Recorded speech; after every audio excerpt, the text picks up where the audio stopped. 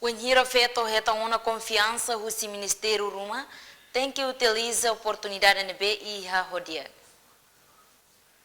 Questão ni hatohusi coordenadora geral MKE Guida Isaura da Conceição Araújo Monteiro bastel e salão Delta Nova segunda ni hateten ohin lorong ia mudança tamba feto bara kasumi ona cargo nebe importante nessa vice-primeiro-ministro ministra no deputada inclui selutan também nhamos encoraja bafeto sira o anhira hetang ona confiança e a cada ministério precisa utilizar rodiak Comissão na IHA, nessa município dele está começando a na autoridade a presidente da autoridade dele no lema feito ida ida bem me tareu sita ida hari fali husiletin dari vice-primeiro-ministro nebe maka senhora Berta nebe nia musai hanisang saya ida ba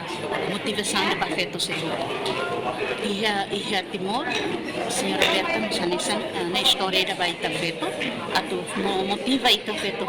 kata kita masuk bele,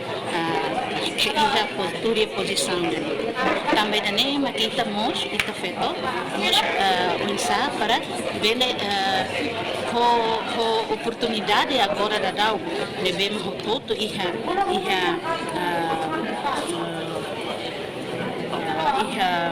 motivação o afeto para ele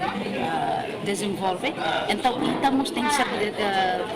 as oportunidades de desenvolver também. A também ele participa e também envolve também e também rola a posição de bem, mas e merece. Nunemos diretora Unidade Feto para Desenvolvimento Bendita de Jesus Amaral continua a tua mensagem para Feto Sira no Conselho Suco nebe Mactur e estrutura sai hanesan chefe aldeia ka chefe suku e dane hanesa mos oportunidade de akida atu utiliza rodia. Mensagem para Malu Feto Sira lilu mak Conselho do Suco Sira e Malu Feto Sira nebe agora da altura estrutura suku saya hanesan delegada saya hanesan chefe aldeia e dane oportunidade bot para Sira e nunemos para Malu Feto Sira nebe e experiência dia e suku lara. Ita botsira na fatin que participa em qualquer atividade avele capacita no hasai luta ita botsira ni abler li husi capacitação oi atu nune a temprana na fatin fo fiera ankata